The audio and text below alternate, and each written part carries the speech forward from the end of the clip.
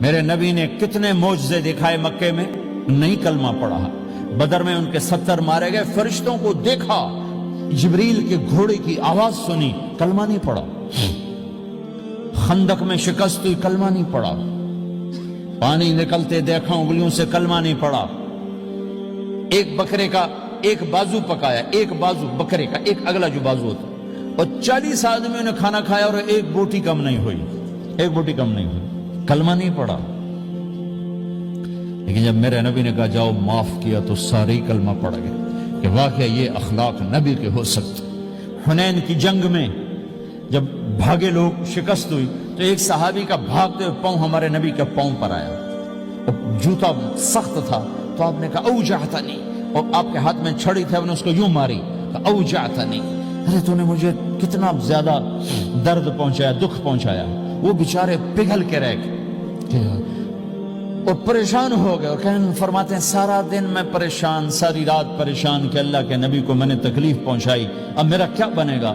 اگلا دن ہوا تو اعلان ہو رہا تھا بھائی جس کا پاؤں نبی کے پاؤں پہ آیا تھا اس کو اللہ کے نبی بلا رہے ہیں۔ تو صحابی کہنے لگے میں نے سمجھا بس اب میری تو دنیا بھی گئی اور آخرت بھی گئی، اب میرے اوپر کیس بنے گا اور مجھے ڈانٹ ڈپٹ بھی ہوگی، میرا کتنا بڑا گھاٹا نقصان ہوگا۔ یہ حاضر ہوئے ڈرتے ڈرتے، تو آپ نے فرمایا میرے بھائی کل میں نے تمہیں چھڑی ماری تھی، وہ مجھے معاف کر دینا، اور یہ 80 اونٹ تمہیں ہدیہ دیتا ہوں، 80 کیملز یعنی 80 پراڈو، 80 رینج روور کا یہ میری طرف سے تمہیں ہدیہ ہے۔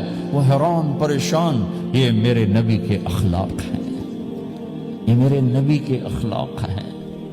کانٹے بچھانے والی نے 4 دن آنا چھوڑ دیا، بیمار ہو گئی تھی، تو آپ نے کیا بات ہے، وہ ہمارے راستے میں اب کانٹے کوئی نہیں ہے، کہا یہ وہ بیمار پڑی ہے جو کانٹے بچھاتے تھے، تو آپ اس کے گھر چلے گئے، ماں جی خیریت تو ہے، آپ ٹھیک تو ہیں؟ کہا بیٹا مجھے کلمہ پڑھا دے، بس تیرے اخلاق نے مجھے فتح کر لیا ہے۔ میرے بھائیوں یہ چیپٹر بھول چکے ہیں، بھول چکے ہیں، بھول چکے ہیں۔ جب تک یہ چیپٹر زندہ نہیں ہوگا زندگی اسلامی نہیں بنے گی، معاشرہ اسلامی نہیں بنے گا، اور آگے قوموں کے لیے اسلام کا دروازہ نہیں کھلے گا۔